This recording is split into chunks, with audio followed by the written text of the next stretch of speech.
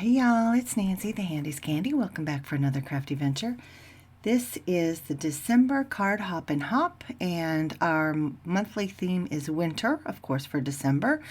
Our themes this month, or our techniques this month rather, are embossing powder and paste. Because I'm extra, I had to do both. It wasn't purposeful, that's just kind of the way the card turned out. So this is my card, and we're just going to go ahead and jump right in. So I will have all my products listed downstairs. I know I was a little neglectful on the last few videos. Life just gets hard sometimes. But these I will try, I'll say try just in case, to have them listed and linked downstairs. So I'm starting out with this stencil and mask set. It's from the Marvelous Masks line of stencils at A Colorful Life Designs, and this is the oval. And this is the second to the largest oval. So I lay that down to mask off that center because that's going to be my highlight. And then I take this stencil from Simon. It is called, I think it's called Cable Knit, but let me confirm, Chunky Sweater. And I lay down my embossing ink and I start to lift up my mask there in the center, but then I realize that my embossing powder will stick to the sticky from the pixie spray. So I left it on there, I put the embossing powder down, and then I lifted it off before I heat emboss, because you can't heat emboss the stencil. So I did lose a little bit of embossing powder that was stuck to the oval, but again, I don't sweat that small stuff, and that's just a little bit. You know how long a bottle of embossing powder lasts.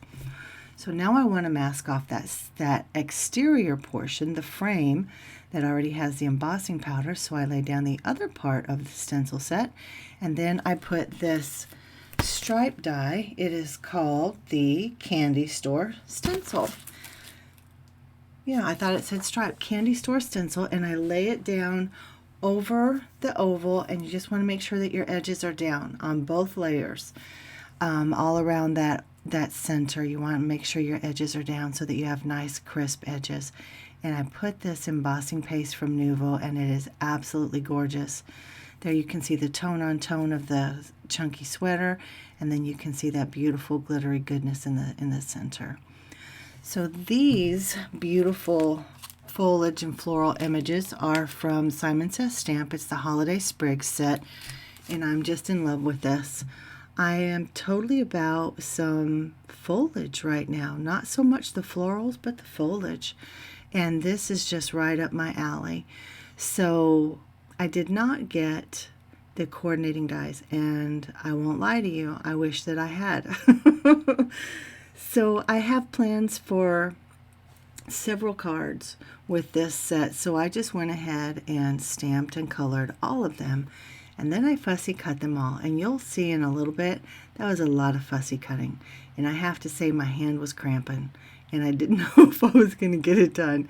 But anyway, I digress. So here I am coloring. If you want to see the reds that I used, you can go back to the beginning of this segment, and I do hold them up to the screen.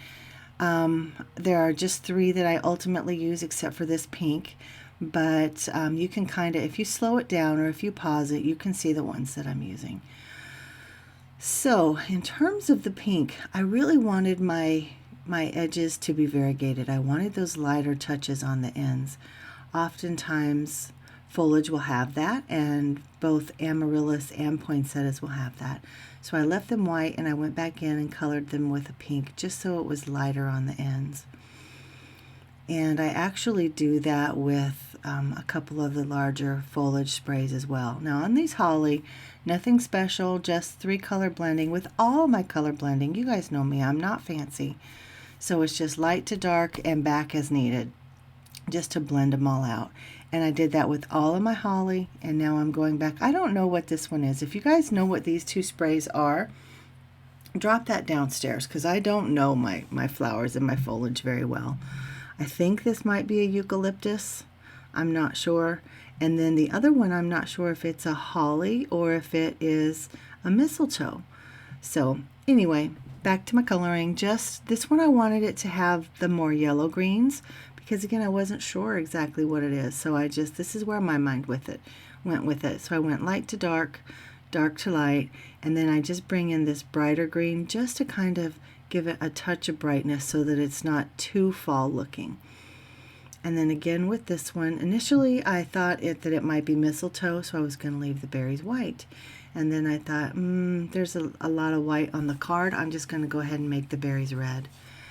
So back to the light to mid to dark, and then back again just to blend everything out. And I do leave the ends on this one white. And after I do this darkest green, I go in with, it's kind of a gray green, it's a really light gray green, and I color in the tips, and then that's how I kind of get the variegated ends.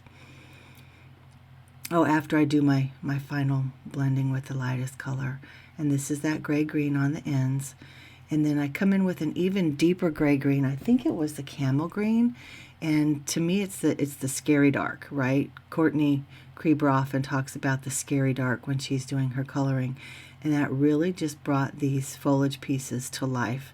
I just use it at the base and where the leaves leaves. I started to think I said feathers. Anyway, where they overlap, so it just gives a little extra depth. So this is of course an A2 card base, 5.5 by 4.25. I score it down on my old Stampin' Up! Trimmer and use my bone folder to just kind of solidify that crease. Now this is a new to me stencil set from Whimsy. It is called Shaker Maker, I believe. It cuts out the sweet frame with a funky little stitch detail, kind of like a wonky stitch detail. But because it's a shaker maker, it also cuts out that center, but I didn't want the center and the frame to be separate. So I used my double-sided foam tape to adhere them together, and it just has just a little bit of dimension from the card base itself. And here I'm auditioning my players per usual, and just because I have lots to choose from. You see all those bits over there, right? That's where I was saying you would see everything that I stamped and colored and fussy cut is a lot. So I'm pretty happy with this layout, so I decide, excuse me, that on this, excuse me, on this foliage piece, I want it to be lifted up a little bit. So just put down some foam tape, and then I want the arc of the spray to coordinate with the arc of the oval without covering up too much of that beautiful, beautiful glittery goodness. And then this particular spray I lay down directly, and at this point I realized I did not color the insides of any of the poinsettias. So I did that real quick. I used my little scrapey tool from Cricut to kind of curl the edges of each of the poinsettias, and instead of laying these two side by side, I decide that I want to mount the smaller in the center of the larger just to give it some dimension. And I don't add a second one to the arrangement. I like the dimension that it has, and it definitely becomes the focal piece. And I just put my little holly pieces in and my little candy cane just to add a little bit of whimsy.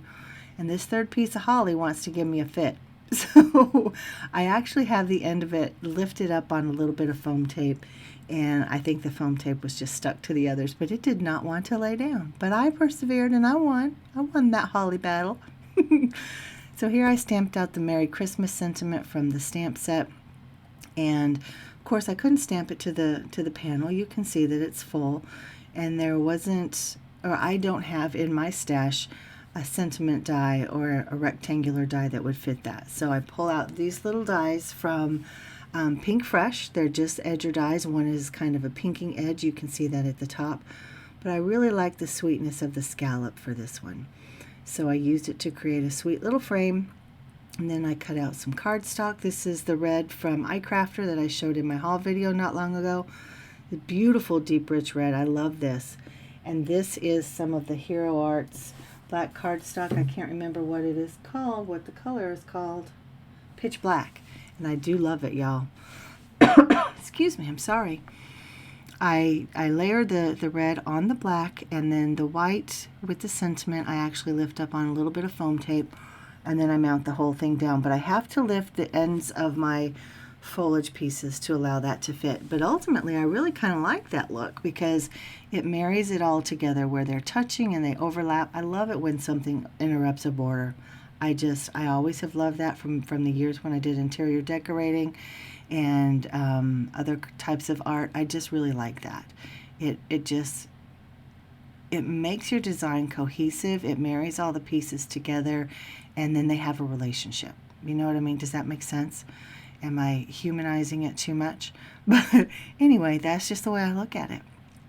So I am totally loving this. As far as the black cardstock, I have to say that I wish that I would have mounted my card panel on some black, layered it on some black before I adhered the whole thing to the card base. I just feel like that would have helped the florals to pop a little bit more, the foliage. Then I add some stickles to the berries and to the center of the poinsettia, and I just couldn't resist putting down some little gems. They're just really sparkly red, kind of a crimson ruby situation, and I don't use gems very often. I haven't for a while, and I'm not sure what that's about, but I just kind of spatter them around with my Barely Art glue to make sure they stay, and this is my card. You can see that stitched edging along the frame. You can see how the frame was cut out from the center, and I just love it. Guys, what do you think? I think this one is pretty elegant for me. I don't typically do elegant, but I like it. So again, this is the December Card Hoppin' Hop. This has indeed been a year full of fun techniques and themes, and I can't wait to see what Jen Schoolcraft has for next year, because she has been our amazing and fearless leader throughout this year. And again, our theme was winter, as you can see on the screen, and the techniques were embossing powder and paste. And I thank you guys for spending some time with me. The next participant is listed downstairs, so I hope that you would hop along and see what everybody else has in store for us today for some winter inspiration. And this is Nancy, the Handy Scandy. I appreciate you. Mwah. I'm out.